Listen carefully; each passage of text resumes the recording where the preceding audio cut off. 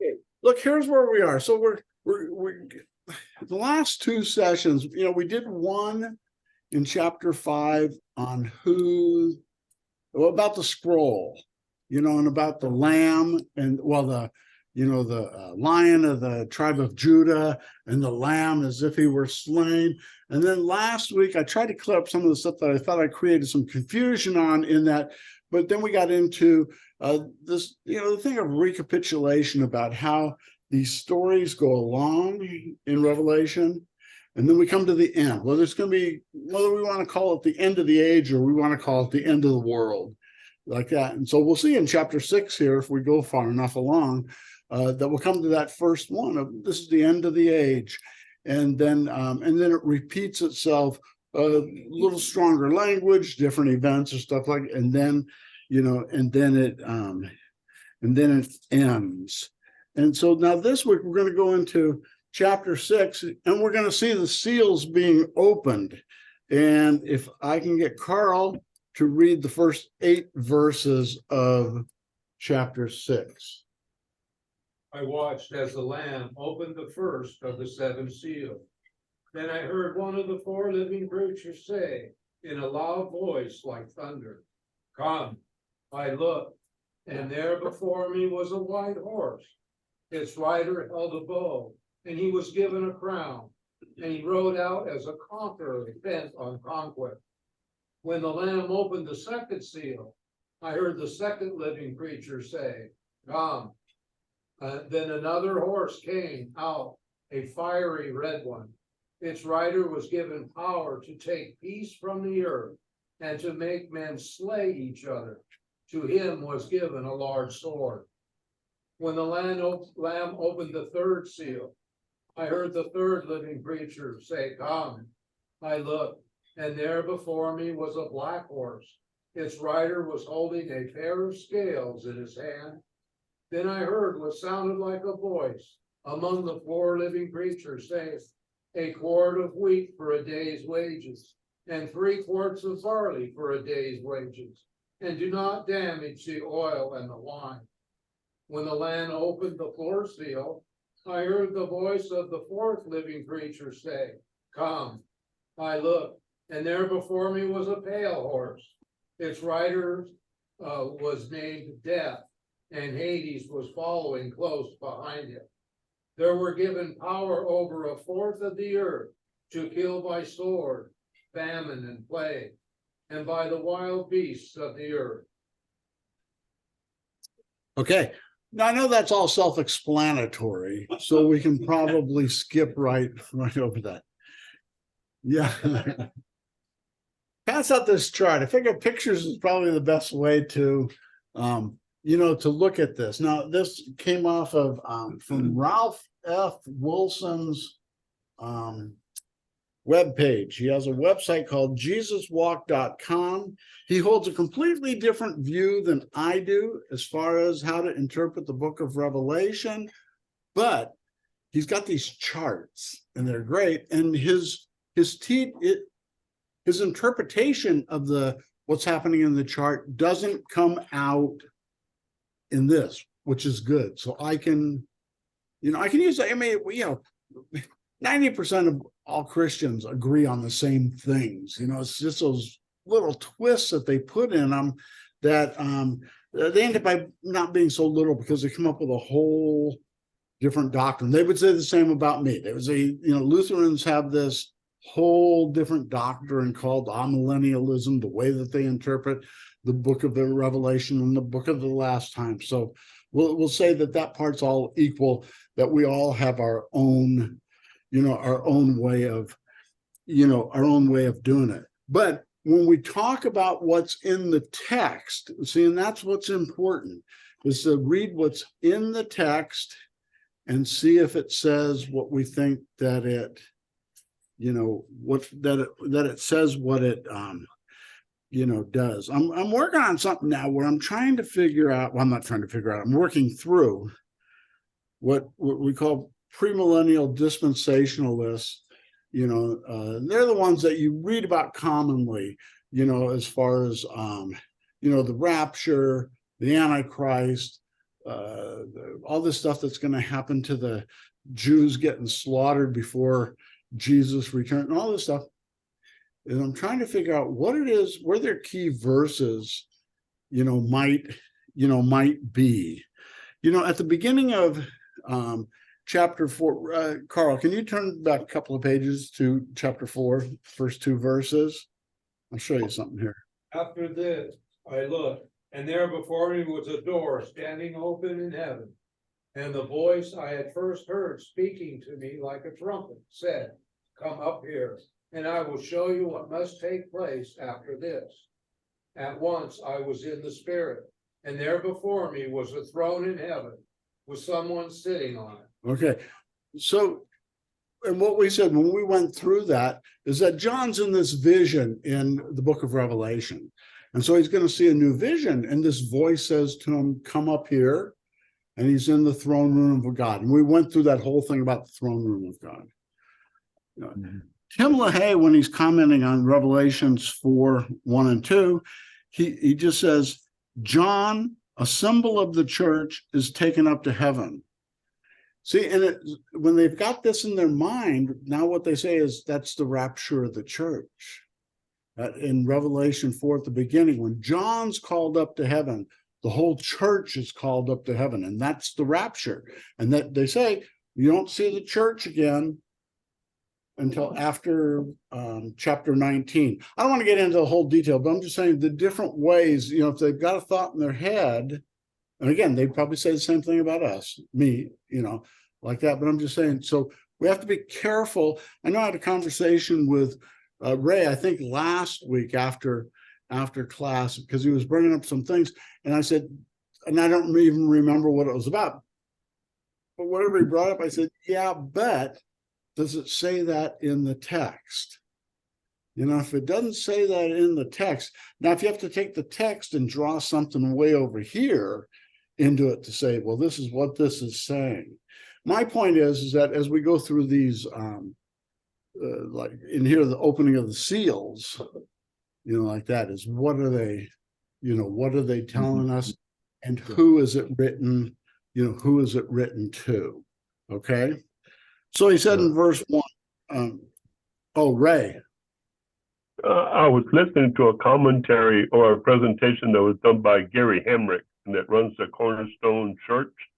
And I see what you mean about these people putting inferences on what they read and kind of giving their little interpretation or their twist on it.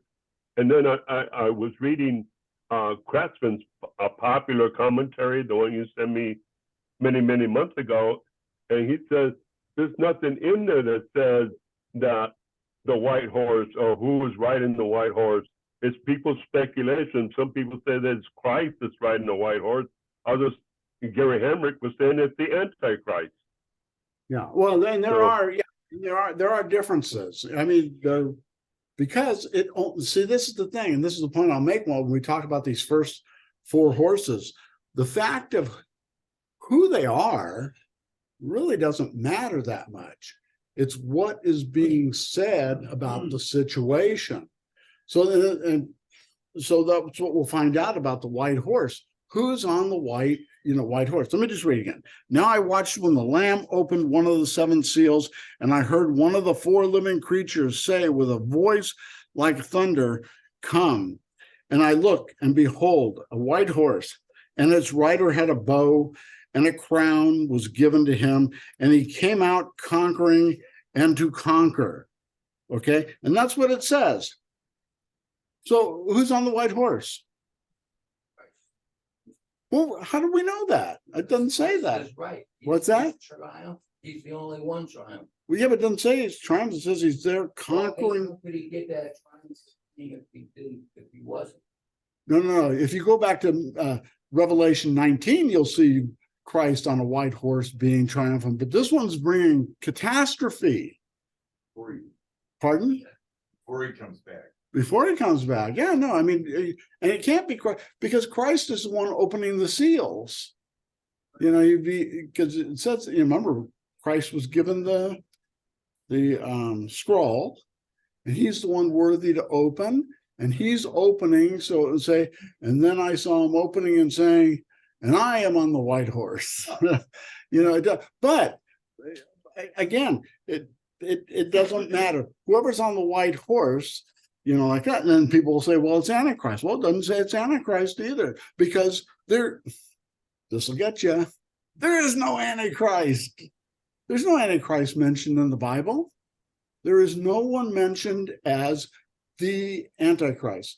You have in 1 John, I think there's 3 passages where he talks about people who deny that Jesus came in the flesh, and they are of the spirit of Antichrist. That means that they're anti-Christ. They're denying Christ. Okay?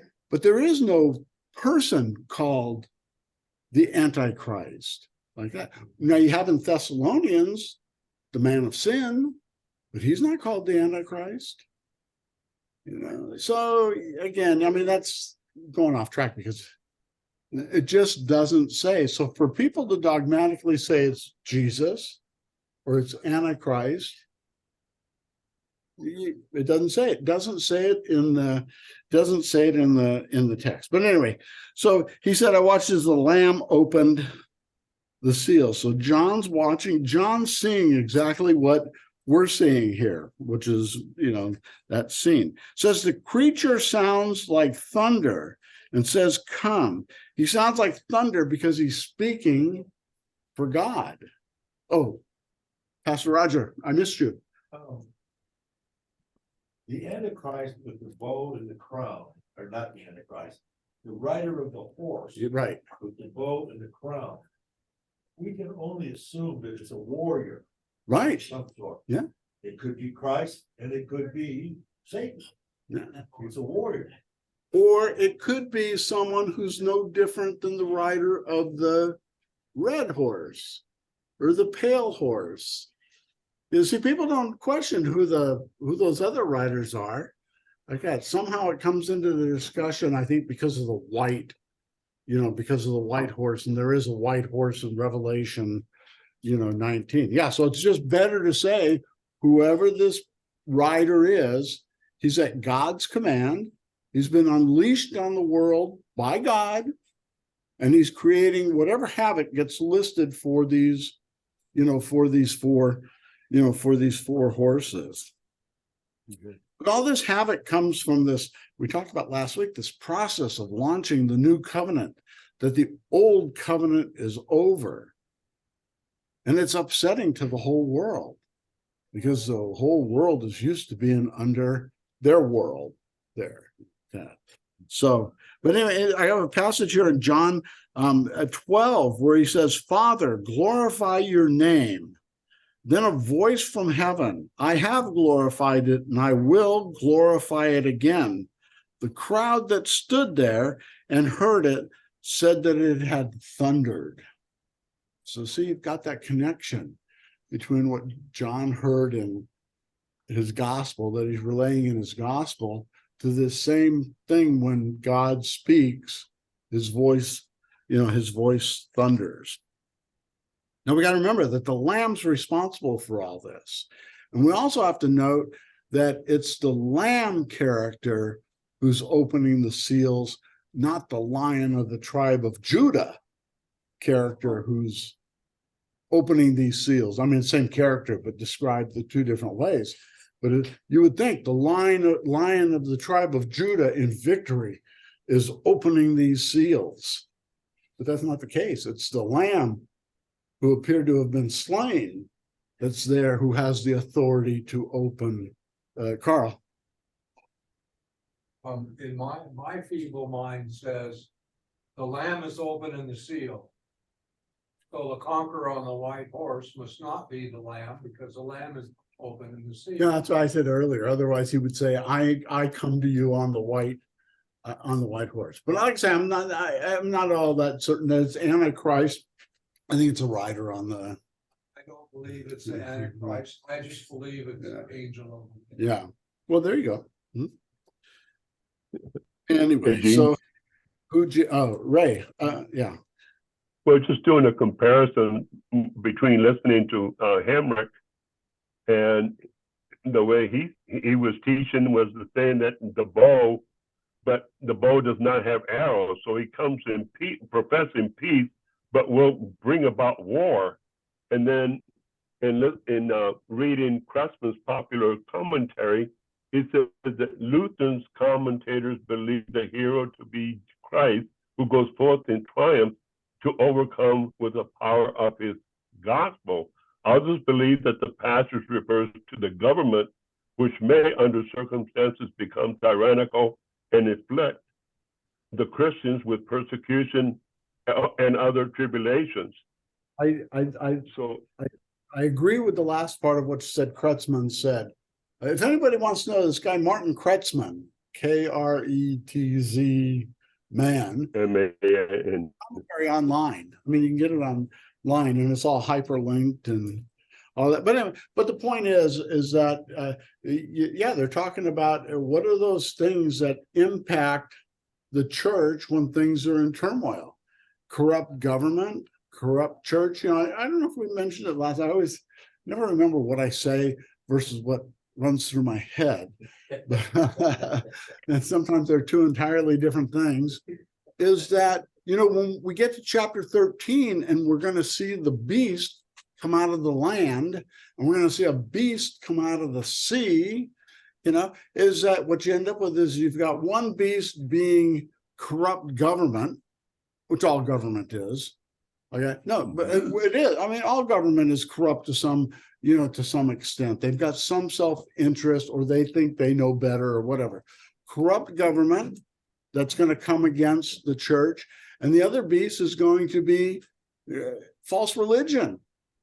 You know, you've got the Antichrist, you got the beast and the false prophet, you know, and so you're going to have false religion that comes against the church, you know, that speaks, you know, terrible things about the church and wants to destroy the church. So what you're saying, Ray, is see when one guy says, well, the bow has no arrows. Well, the text doesn't say that.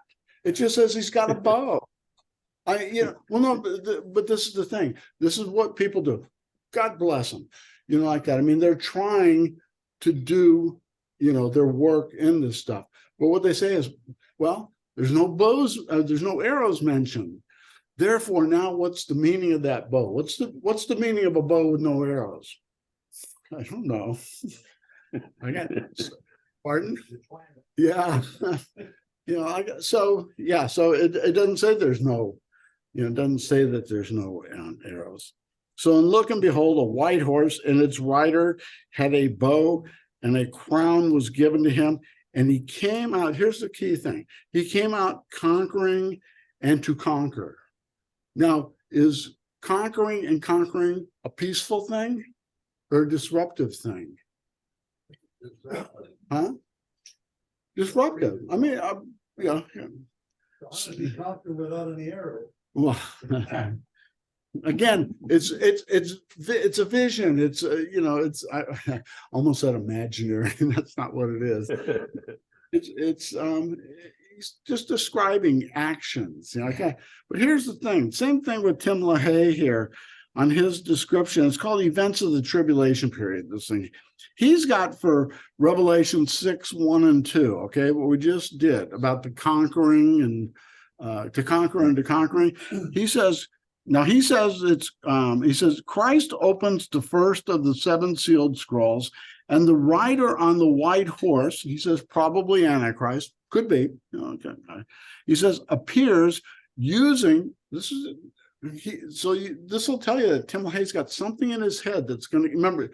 He wrote all the Left Behind books, all 13 of the Left Behind books, which are things about the last days. But anyway, appears using diplomacy and the promise of peace to establish his one world government. Look in your Bibles, read 6:1-2, and tell me if you find anywhere in there that it says that or says anything that's close to that. You know, I mean, I don't. I'm just trying to cite my sources here, and that's what he says. You know, like that. but these are the, but these are the things that come up. And as soon as someone says, who seems to be in authority says that, and people don't look it up to check them out, I was looking on Facebook this morning around 4:30, just scrolling, letting my mind turn to mush. Or get mushier, probably. And a friend of mine in Oklahoma used to be a pastor, but he posts this reel from Mark Hitchcock, who's a big dispensationalist, a big rapture theology, kind of guy, Antichrist kind of guy. And in like a minute, he goes through and he says, he's talking about what leads up to the tribulation period. And he says, in the tribulation period starts with the Antichrist making a covenant with Israel. And that begins he goes, as it says in Daniel 9:27. And I guarantee you read, because I went and I looked. I mean, I know Daniel 9, but I went and I looked just to make sure I didn't miss something over these last 40 years, like that. And it doesn't say that. Like that. But see, you watch a reel and you're not paying attention, and you believe, or this reinforces you about this rapture, and because he's got a chart that he's doing on this reel, and he's got the rapture, and then he's talking about the beginning of the tribulation, and I don't know. So be careful of that as we read through this, because this has got some really squirrely language in it. I mean, it's hard to, if you're not trying to, measure by the words. Were you going to say something, Ray? Yeah, the whole thing with Revelation starts out with letters going to the 7 churches to warn them to be on, to be aware of what's going on, and not to, become corrupted, and not to lead people astray. Yeah, and this also goes back to, and I've said it here, is that I believe all this stuff that happens, all the stuff that happened in Matthew 24 at the Olivet Discourse, and the stars falling from the sky and the sun going out and the moon turning to blood and all that stuff, is the end of the age. And to the Jews, it's the end of the world. And it happened at the time of the temple being destroyed in 70 AD. And it's not some future, not some future event. So that's where our main difference is. So let's see. So God's in control here. It's God who crowns kings, even the bad kings. See, people talk about the crown on the rider. So they assume it's probably Christ, because who else but Christ would wear a crown? A bad king. Kings wear crowns, and God is the one who makes the kings, good or bad. It's God who's in control. In Romans 13, when it says to obey the government, you go, yeah, but if you knew who we had in power today, I don't care which side of the aisle you're on, we go, if you knew who we had in charge, God, you'd realize why I don't obey the way that you say in Romans 13 that we should. Because it says that all these leaders are appointed and are in service to God, good or bad. We don't understand it, So here, what I'm saying is it's God who does that. So it's so who's calling come when it says come? Do some of you say come out, come here, or in Message says come out. huh? The message says come out. Yeah. New King James says come and see. Come and see, Yeah, and see now translations, this is another thing. Well, we're not getting very far today, are we? Translations is another thing. See, in the King James, it's probably a poor translation to say come and see, because what it sounds like is that he's telling John, come and see, like that. Whereas when it just says come, or if it says go, or however it's worded there, There, it's like he's calling out whoever's going to come figuratively riding out of the scroll. Like that. So that is a, that is a difference there. Another question. Yeah. What is, I don't carry my look and study Bible because it's so darn big, but. They're wrong too. No. Study Bible says about on Revelation 6:1 and 2. Well, I think we have you got to say what to say in the footnote there. Footnote for one. So many are tempted to take the figure on the horse as Christ. It is unlikely. Okay. No, yeah. Yeah, no, and that's No good. big And they didn't go any further than that, right? What'd they say? Says, granted, there's another figure on a white horse named the Word of God appearing in 1911. Right. Well, let's just say, because there is a rider on a white horse, and that is Christ, probably. Well, I'm sure that it is. That is Christ. So they're comparing, but saying, I think what they're trying to say is that just because you have two white horses doesn't mean the same white horse, the same rider, and all of that. I went over and looked up 19, what it says in there, it says the same thing as the Word of God. Right. Yeah. And seeing that is a difference. Is this rider on the first horse is probably trying to conquer through his bow, like that. He's trying to conquer through war, trying to conquer through, devastation and the whole bit. Whereas the rider on the white horse in 19 does it by the word of God.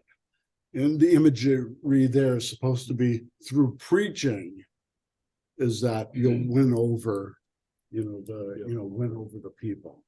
So, Hey, Gene. oh, wait, hang on a second, Roger, one more time. Do your microphone even though you're loud. It don't work.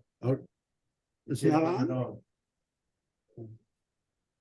Here. No, give him this. Oh, you gotta mention that. Okay. We mentioned that, you thought that, he was addressing John when he said, come and see. Well, no, I'm saying the translation of come and see would lead you to think that he's telling John, come over here and see. Where I think what he's saying is come, as the other translations say, they either say come or go, is that he's calling out to the rider of the horse. This context says, now I saw the Lamb opened one of the seals, and I heard one of the four living creatures saying with a voice like thunder, come and see. And I looked, he's talking to John. John wrote this, did he not? I know he wrote it. I mean, and I think that he saw Okay. like that. No, but if Shelby were out here and I said, come, I'm not talking to you guys, I'm talking to Shelby, okay? And I say, come, you're all gonna look and see. You're all gonna look and see. When I say come, you're gonna look and see what I said to come. Anyway, that's not a big deal. Not a big deal. Anyway, so here's the thing. When God, we'll get close to finishing. When God is in control and God is using people that we can't imagine him using, we get confused. Okay? But God used Caesar Augustus. How do you use Caesar Augustus? In Luke, the beginning of Luke. A decree. To call a census. Is that what you said, Troy? Yeah, to call a census. That census is what got Joseph and Mary down from Nazareth down to Bethlehem, for Jesus to be born in Bethlehem, as the prophets said. Okay? He used Pontius Pilate. He used Pontius Pilate as the intermediary between the Jews to get Jesus on the cross. He used Nero. This is the thing. Nero persecuted the Christians really, really bad. Okay. So how could he possibly use Nero? I mean, Nero used to burn Christians on their tiki torches to light up the streets and stuff like that. Because the persecution is what spread the church. Created the Holy Roman Empire. Pardon? Created Well, the Holy Roman I don't know if the church created the Holy Roman Empire, but I'm just saying, but it got the church to not be comfortable where they were. The church in Jerusalem had to have the trouble with Rome, to get them out of Jerusalem, get them in the world. Here's the thing, I'll just finish with this. It's something else. Is that, the first church was all Jewish, okay? The first church was 100% Jewish, the church in Jerusalem and wherever else they may have had churches. But I don't anyway, until you start putting it together. I think the church was totally Jewish for the first at least 10 years. A lot of times we talk about, the church in Jerusalem, then you've got Paul and he's going to all these churches, and then you got the Judaizers, and then you've got them going back to Jerusalem to find out how we're supposed to handle Gentile. You probably got 10, 15 years before that happened. So, I mean, the church was stuck in Jerusalem for all that time until it had to spread out. Nero didn't come along till 64 AD, something like that, for you history buffs. Like that, that's at least 30 years. That's 30 years after probably Paul became an apostle. Or Paul, anyway, was around. Let's put it that way. 30 years is a long time. People don't realize that, if Jesus got crucified, say in, say 30 AD, just use a number. And if the temple wasn't destroyed till 70, that's 40 years. That's a long time for all these things to transact. Bible's done probably with Paul in 62 AD, somewhere around there. Think back 40 years ago. What was 40 years ago? 1983.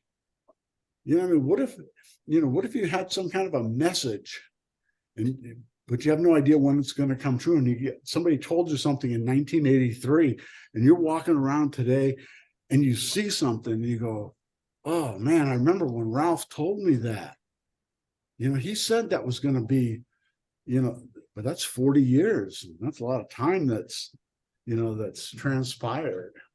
So Only to us. Pardon? Only to us is it a long time. Yeah. Well, I mean, yeah, but see, here's the thing. So now even if you take an early reading of John for the book of Revelation, I do before 70. Other people do 95. Okay. But even at 70, that's 40 years since he's seen Jesus. That's a long, and just so people know, the Lutheran Study Bible uses the date of 95 AD for the writing of the book of. So that's why I burned my Lutheran stuff. No. Yeah. Hey, Gene. Okay, and then we'll finish with this. Okay, go, Ray. The footnotes that I have in my NIV study Bible is that in 6:2, the comments are that he's referring to the four horsemen. It comes from Zechariah 1:8-17 and 6:1-8. But there, the horses have different colors and they're attached to chariots. So another wrench in the works. Well, no. So what he's saying is that we'll get into this next week. Is that Zechariah talked about horses, but they're not the exact same horses. But still, they're horses. They don't have to be a one for one, and stuff like that. It's just in this image, these horses are representing something. Let me one last thing, because we're kind of killing time waiting for Dennis will be back, is take these 4 horsemen as one action. It's not like, it's even though it's going to be and then, it's talking about the devastation coming on the nation Israel. And it's by these 4 horsemen, but it's like all these things are happening all at once. Yeah. So, I mean, if we had a world war that started today, at the time you'd have physical, geographical destruction. Your communication systems would be compromised. Your banking system would be probably put out of business for a while. I mean, you've got all these things, and they're all happening at the same time, caused by the first event, but they're all just, it's all just happening. I mean, hey, World War starts, devastation, power grid goes out. We're all in trouble. Again, I mean, just everything is tied, is tied to that. So I think that's part of it. Biblically, that because the Jews are persecuted throughout the entire world, and there're just a number of millions of them, and now besides what's going on in Gaza, all the demonstrations are all so much anti-Jewish.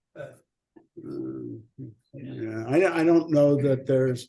I mean, I guess, yeah, you got to be careful when you talk like this, because whatever I would say now, I'd be speculating unless you come across some prophecy or some statement where God says, if you do this, or if you don't do this, you'll be cursed by all the nations for the rest of time.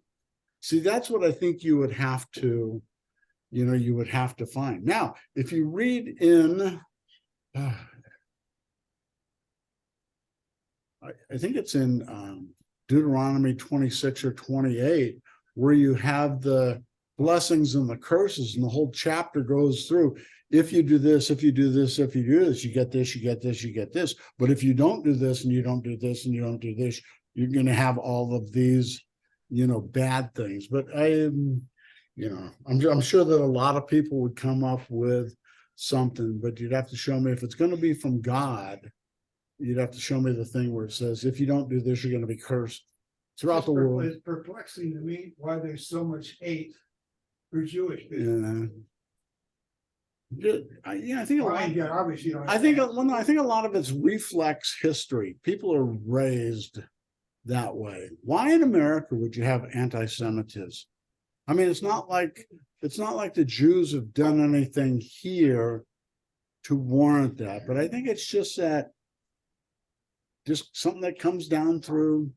You got to hate somebody. Yeah, you ever see these young kids when they do these marches and they've got a Nazi flag? I bet you they couldn't tell you 3 things that happened in World War II, about Nazis. They just don't know.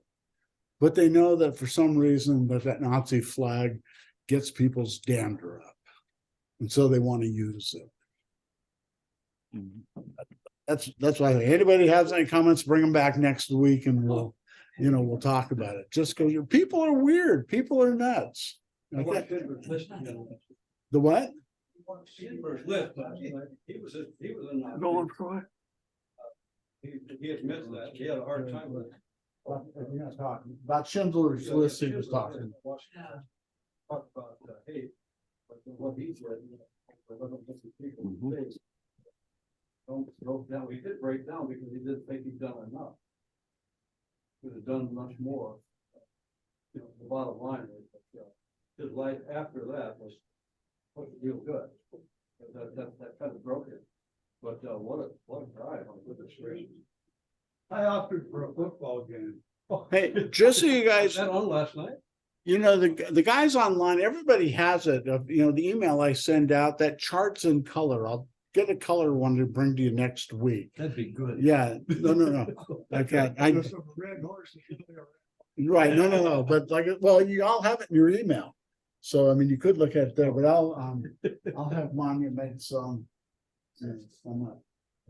Okay, Dennis, it's up to you. Are we ready? I am. Let's bless the Lord, all right? Okay. Okay, hey Troy, good to see you. I'll see ya. All 6 verses. They're short. Bye-bye. Yep. Okay, who else?